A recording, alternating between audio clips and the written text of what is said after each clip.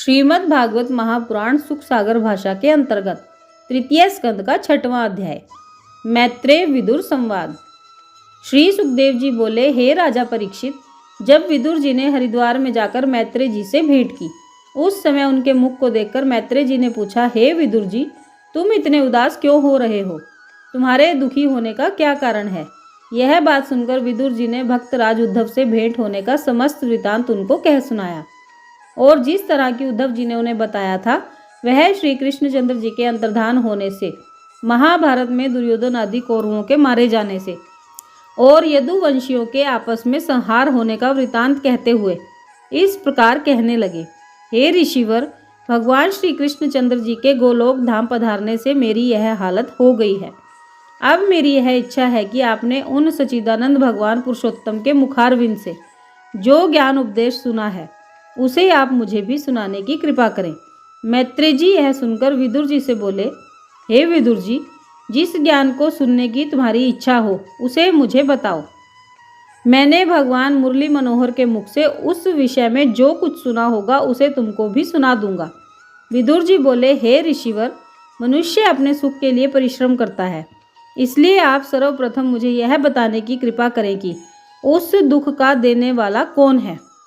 तत्पश्चात आप मुझको यह बताएं कि पर ब्रह्म प्रभु ने निराकार रूप से साकार रूप धारण क्यों किया। उनका सृष्टि रचकर पुनः उन्हें नष्ट कर देने से क्या लाभ होता है। मैं तो केवल यही समझता हूँ कि सांसारिक प्राणियों को इस अपार संसार सागर से पार करने के लिए और उनके पापों का नाश करने के निमित्त ही श्री नारायण भगवान यह सोचकर सगुण रूप धारण करते हैं कि मनुष्य उनके चरित्र एवं लीलाओं का वर्णन, स्मरण और ध्यान करके अपने को सुधार लेंगे।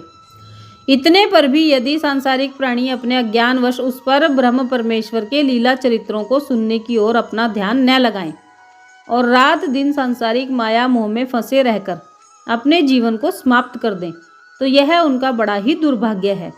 मैं यह भी जानता हूँ कि आदि पुरुष भगवान किस तरह से ब्रह्म बनकर संसार की सृष्टि रचते हैं और विष्णु बनकर सबका पालन करते हैं तथा शिव के रूप में किस तरह जगत का संहार करते हैं।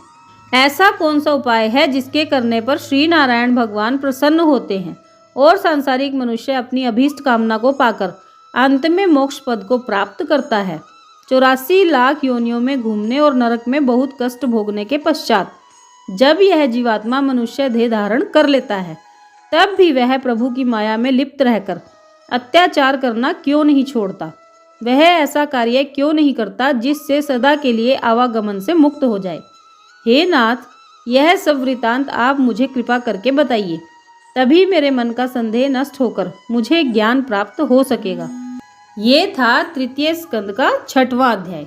आज की वीडियो में बस इतना ही, फिर मिलेंगे अगली वीडियो में। जय जय श्री राधे।